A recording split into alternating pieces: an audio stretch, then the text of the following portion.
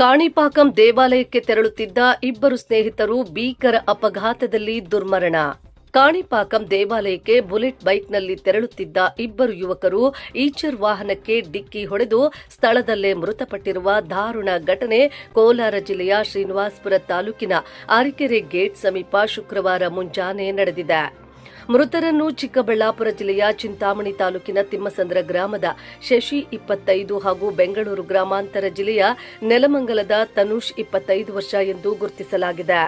ಇಬ್ಬರು ಬೆಳ್ಳಂಬೆಳಗ್ಗೆ ಕಾಣಿಪಾಕಂ ಗಣಪತಿ ದೇವಾಲಯದ ದರ್ಶನಕ್ಕೆ ಬುಲೆಟ್ ಬೈಕ್ನಲ್ಲಿ ತೆರಳುತ್ತಿದ್ದ ವೇಳೆ ಎದುರಿನಿಂದ ಬಂದ ಈಚರ್ ವಾಹನದೊಂದಿಗೆ ಸಂಭವಿಸಿದ ಅಪಘಾತದಲ್ಲಿ ತೀವ್ರ ಗಾಯಗೊಂಡು ಸ್ಥಳದಲ್ಲೇ ಮೃತಪಟ್ಟಿದ್ದಾರೆ ಎಂದು ತಿಳಿದುಬಂದಿದೆ. ಘಟನಾ ಸ್ಥಳಕ್ಕೆ ಶ್ರೀನಿವಾಸಪುರ ಪೊಲೀಸ್ ಠಾಣೆಯ ಅಧಿಕಾರಿಗಳು ಭೇಟಿ ನೀಡಿ ಪರಿಶೀಲನೆ ನಡೆಸಿದ್ದು ಮೃತದೇಹಗಳನ್ನು ಮರಣೋತ್ತರ ಪರೀಕ್ಷೆಗೆ ರವಾನಿಸಿದ್ದಾರೆ. ಈ ಕುರಿತು ಶ್ರೀನಿವಾಸಪುರ ಪೊಲೀಸ್ ಠಾಣೆಯಲ್ಲಿ ಪ್ರಕರಣ ದಾಖಲಾಗಿದ್ದು ತನಿಖೆ ಮುಂದುವರೆದಿದೆ.